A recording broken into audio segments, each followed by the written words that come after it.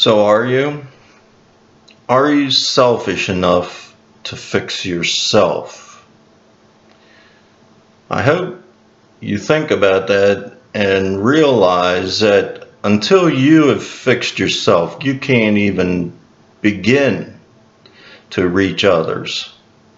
Notice I didn't say fix them, because in reality, you cannot fix another person. But you need to know that you're on the right path first. How often when you get into a situation or in something of a problem, say something, and you stop and say, what could I have done different? Am I right in what I've done or said? What was their reasoning for why they did what they did? Most of the time, we're not worried about that. We want to go our own way and succeed at whatever came to our mind at that moment. And we seem to struggle with being able to back up and reconsider our own ideas, our own way of communicating, our design of a product compared to what people really want, or compared to someone else's idea for the same issue, which may be even better. And maybe also stepping back and starting all over with something completely different. I struggled with the name for this session, so I finally came up with, please be selfish, fix yourself. I could have easily have called it, you can't fix me. You can't. When you come at somebody and you say to them, well, all you had to do was this and that and it would have worked, you might even be right.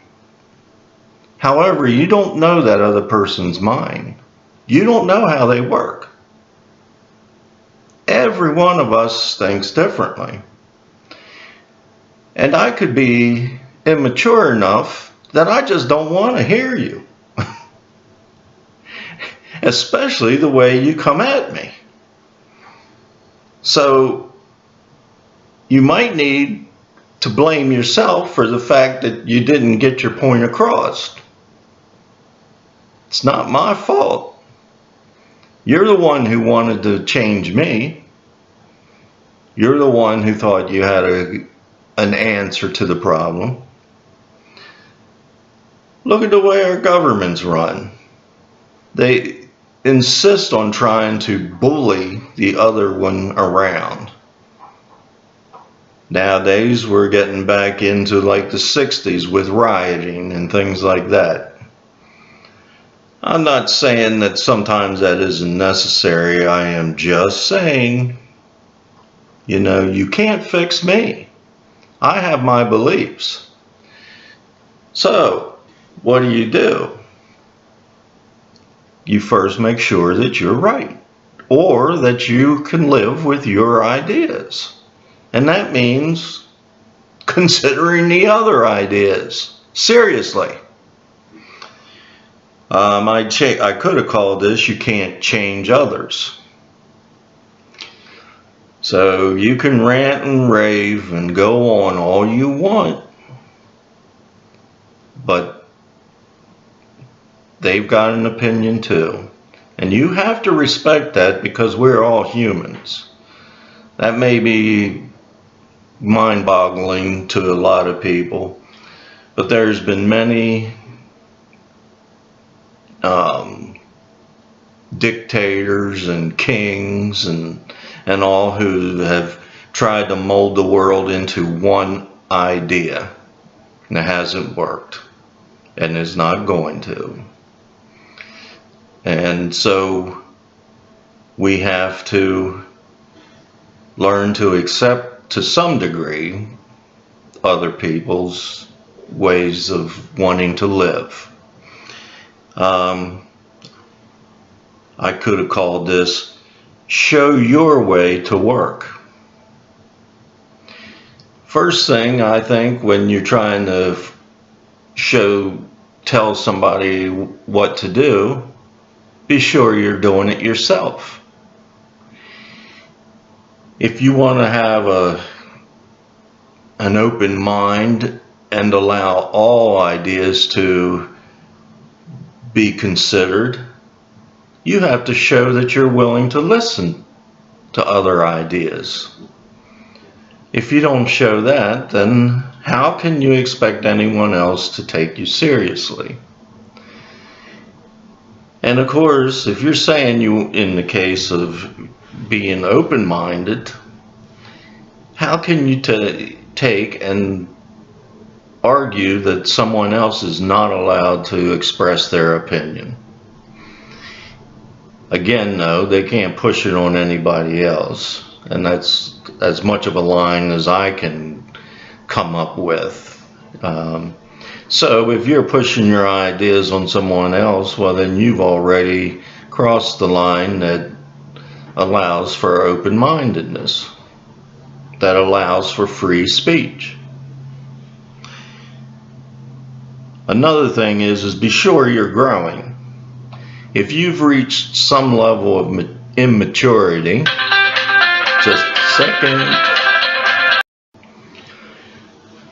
you cannot reach a level and stop. There's no such thing as you finally knowing it all. We're not capable of that. There's always more to be learned. There's always details on top of what we've already learned that have to be tweaked, and then those details have to be tweaked. Are you truly educating yourself? If you're watching YouTube videos that only talk about your beliefs, then what's the chances of you really learning? If you never take and put yourself in someone else's environment, how can you be sure you're growing? If you don't try to get into other people's minds and try to understand how they came to the way they think, you're not growing. And if you're not growing, you're regressing. There is no such thing as sitting still. That's been proven. That's proven from a physics standpoint even. Nothing is staying just at rest completely. Because if nothing else, it's deteriorating. So you really gotta take and always be looking at yourself first. I could called it, my mind doesn't work like yours. Now I've already made a couple comments. But it's not just my mind, it's my experiences. I had an in-law who said that all cab drivers are crooks. And I said to her, you can't mean that.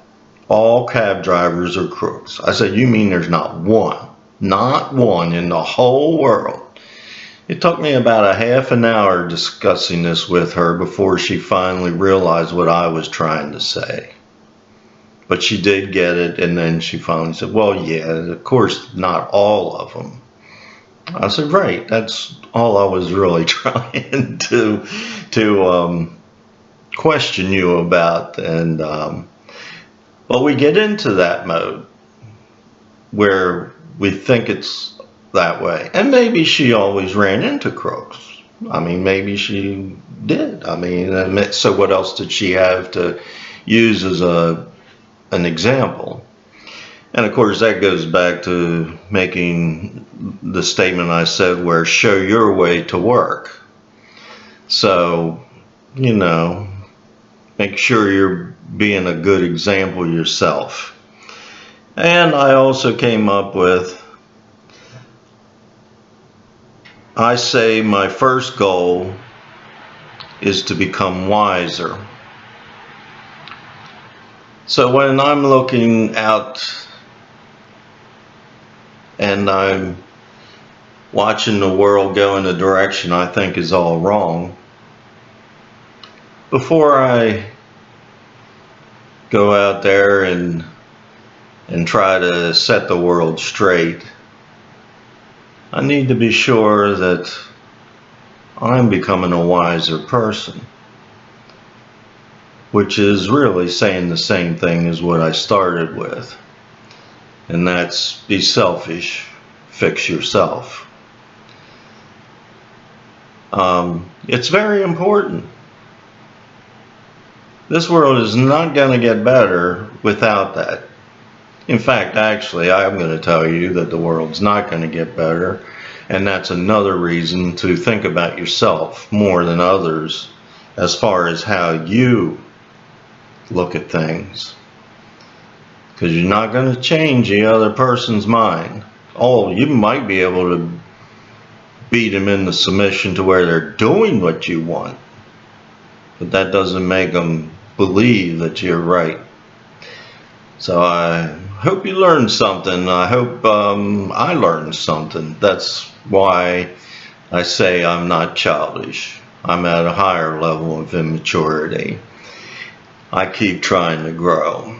Now I'm going to show you something here. I didn't know whether I was going to get into this or not. I have a Russian friend. He's a bit unusual. That's the kind of people I gravitate to. They sort of are outcasts. This guy, believe it or not, was in the circus his whole life over in Russia. So he was an entertainer. And he tattooed all over. Nice gentleman, really nice. Wife's a great person too. I'm showing you something that he carved out of one piece of wood. Now this is something that you can actually go out and like buy. It'll look a little better. It won't quite be as primitive, but you won't find a nicer example of someone's heart being put into something and it being very real. I mean, the time he spent, his painting quality is quite good. He didn't worry about making it perfect as far as what the world calls perfect, but it's beautiful, and it's beautiful to me. I really love the work, and the reason is because I can visualize his effort. I can see every stroke of the knife, of the chisel. I can see every paint stroke that he made and how he pictured that face and wanted to make it as attractive as possible. And his choice of colors, not quite like the ones that you'll see in the stores that are real bright. A person of my type, I can identify with him. I know he's a good man. I enjoyed his company quite a bit, and we could not speak to each other.